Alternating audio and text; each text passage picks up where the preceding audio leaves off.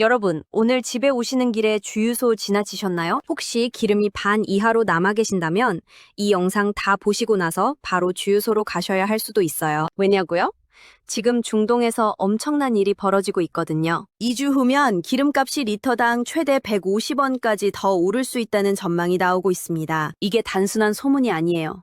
지금부터 차근차근 설명해 드릴게요. 이런 소식들 앞으로도 계속 빠르게 받아보고 싶으신 분들은 지금 구독 버튼 한번 눌러주세요. 은빛건강톡은 이렇게 복잡한 경제 뉴스를 여러분이 알아듣기 쉽게 풀어드리고 있거든요. 구독은 무료이니 부담 없이 눌러주시면 감사하겠습니다. 좋아요도 하나 눌러주시면 저한테 큰 힘이 됩니다. 지난달 28일 중동에서 전 세계를 깜짝 놀라게 한 사건이 있었습니다. 이란이라는 나라. 들어보셨죠? 중동에 있는 큰 나라인데요. 이 나라를 무려 37년간 이끌어온 최고 지도자 아야톨라 하메네이라는 분이 계셨어요. 우리나라로 치면 대통령보다도 더 높은 나라의 모든 것을 결정하는 최고 권력자라고 보시면 됩니다. 그런데 미국과 이스라엘이 합동으로 군사공습을 감행해서 이 최고 지도자가 사망하는 초유의 사태가 발생한 겁니다. 트럼프 미국 대통령은 공습 직후 이란 국민들에게 지금이 변화의 기회라며 사실상 이란 정권이 바뀌길 바란다는 메시지를 강하게 내보냈어요. 이건 단순히 한 나라 지도자가 돌아가신 것 이상의 사건이에요. 37년이라는 긴 세월 동안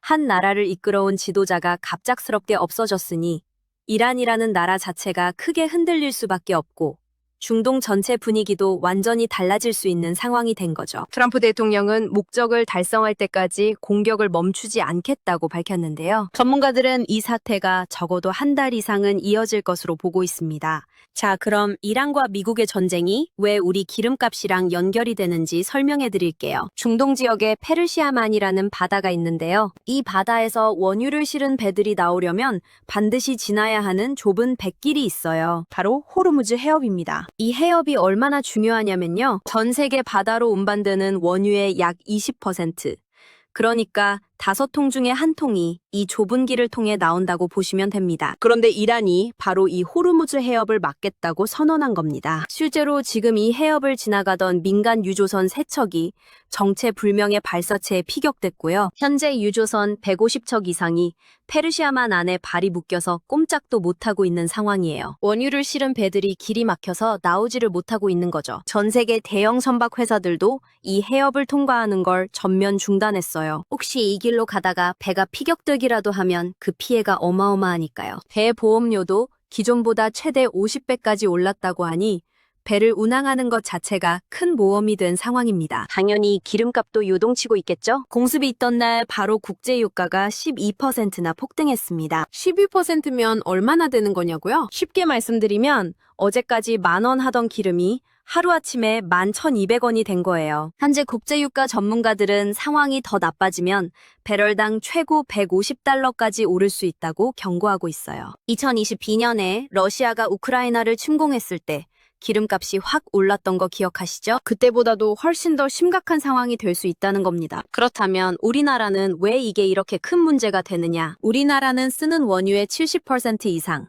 그리고 난방에 쓰는 LNG 가스의 20% 이상을 중동에서 가져오고 있거든요. 한마디로 중동에서 기름을 가져오지 못하면 우리나라가 직격탄을 맞게 되는 구조입니다. 2주 후면 이 영향이 국내 주유소 가격에 그대로 반영돼서 휘발유 가격이 리터당 80원에서 최대 150원까지 더 오를 수 있다는 전망이 나오고 있어요. 요즘 주유소 앞에 차가 길게 늘어선 거 보셨나요? 다들 조금이라도 쌀 때 미리 넣어두려는 거랍니다. 그럼 다음으로 기름값이 오르면 우리 일상생활에는 구체적으로 어떤 영향이 생기는지 좀 더 자세히 살펴볼게요. 기름값이 오른다고 하면 대부분 그냥 기름값에 돈 좀 더 쓰면 되겠지 하고 생각하시기 쉬운데요. 사실 기름값 상승의 파급력은 우리가 생각하는 것보다 훨씬 넓고 깊습니다. 먼저 장보기 물가부터 말씀드릴게요. 마트에서 파는 채소, 과일, 고기 등 모든 식품은 트럭이나 배로 운반이 돼야 소비자 손에 들어오잖아요. 그 트럭이 달리려면 기름이 필요하고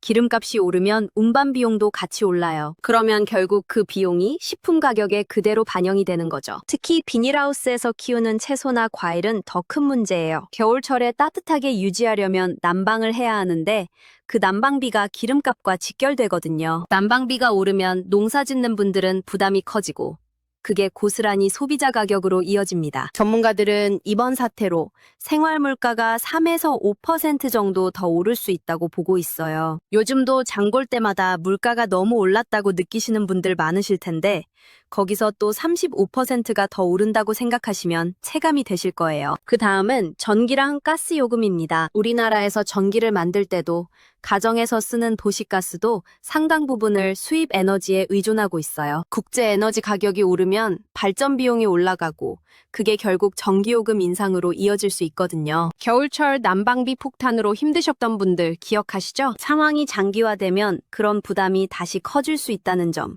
미리 생각하고 있어야 할 것 같아요. 또 한 가지. 해외여행 계획이 있으신 분들도 주목하셔야 해요. 지금 인천에서 두바이로 가는 항공편을 비롯해서 중동을 경유하는 주요 항공편들이 결항되고 있습니다. 카타르 공항에서는 발이 묶인 여행객들이 불안에 떨고 있다는 소식도 들려오고 있고요. 항공기도 기름으로 날아가는 거잖아요. 기름값이 오르면 항공 운임도 덩달아 올라갈 수밖에 없어요. 이미 항공 운임이 37% 오를 거라는 전망이 나오고 있으니 해외여행을 앞두고 계신 분들은 이 부분도 꼭 참고하세요. 자, 그렇다면 정부는 이 상황에 어떻게 대응하고 있는지, 그리고 우리는 어떻게 준비를 하면 좋을지 말씀드릴게요. 우선 좋은 소식부터 말씀드리면 우리 정부가 이런 위기 상황에 대비해서 미리 비축해둔 원유가 있습니다. 현재 우리나라는 약 1억 배럴 이상의 원유를 비축해두고 있어요. 이게 얼마나 되는 양이냐면 중동에서 기름을 전혀 가져오지 않아도 90일 이상은 버틸 수 있는 양입니다. 가스도 52일치를 미리 확보해두고 있고요. 정부는 범부처 긴급대책반을 꾸려서 상황을 24시간 모니터링하고 있고요. 기름값이 너무 가파르게 오르면 이 비축유를 시장에 풀거나 유류세를 조정하는 방식으로 가격 안정에 나설 계획이라고 합니다. 그러니까 차를 못 쓰게 되는 상황은 걱정 안 하셔도 됩니다. 다만 가격이 오르는 건 피하기 어려운 상황이라는 거죠. 앞으로 상황이 어떻게 흘러갈지도 간단히 말씀드릴게요. 크게 두 가지로 나눠볼 수 있습니다. 첫 번째는 이 사태가 한 달 이상 길게 이어지는 경우예요. 이렇게 되면 기름값이 지금보다 훨씬 더 오르고 물가도 전반적으로 많이 오르는 상황이 올 수 있어요. 경기도 나빠질 가능성이 높고요. 전문가들이 가장 우려하는 경우입니다. 두 번째는 미국의 강경한 압박에 이란이 더 이상 버티지 못하고 비교적 빨리 사태가 마무리되는 경우예요. 이렇게 되면 기름값이 어느 정도 내려오긴 하겠지만 완전히 예전 수준으로 돌아오기는 어렵고 지금보다는 높은 수준에서 새로운 기준이 잡힐 거라고 봅니다. 어느 쪽이 됐든 당분간은 기름값을 포함한 물가가 지금보다 더 오를 가능성이 높다는 건 공통적인 전망입니다. 그럼 우리는 어떻게 하면 좋을까요? 너무 어렵게 생각하지 마시고 지금 당장 할 수 있는 것들 몇 가지만 말씀드릴게요. 첫째, 오늘 당장 기름 채워두세요. 앞서 말씀드린 것처럼 2주 후면 리터당 최대 150원까지 더 오를 수 있어요. 지금 가득 채워두시는 게 현명한 선택입니다. 둘째, 장기 여행이나 큰 소비 계획이 있으시다면 시기를 조율해보세요. 항공료나 여행 비용도 오를 가능성이 높으니까요. 셋째, 난방비 걱정이 되신다면 지금부터 조금씩 절약하는 습관을 들이시는 게 좋을 것 같아요. 보일러 온도를 12도만 낮춰도 가스 요금이 꽤 절약됩니다. 넷째, 너무 불안해하지 않으셔도 됩니다. 물론 상황이 좋지 않은 건 사실이지만 우리나라가 90일치 비축률을 가지고 있고 정부도 대응하고 있으니까요. 차분하게 상황을 지켜보시면서 생활비 지출에서 조금씩 아껴나가시는 게 지금 우리가 할 수 있는 가장 현명한 대응입니다. 오늘 영상 어떠셨나요? 멀리 중동에서 일어난 일이 이렇게 우리 일상과 가깝게 연결되어 있다는 게 새삼 놀랍기도 하죠. 세상이 참 좁고 촘촘하게 연결되어 있다는 걸 다시 한번 느끼게 됩니다. 앞으로도 저희 은빛건강톡은 어렵고 복잡한 경제 소식을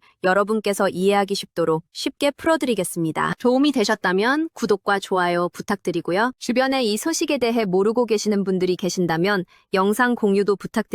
끝까지 시청해주셔서 정말 감사합니다.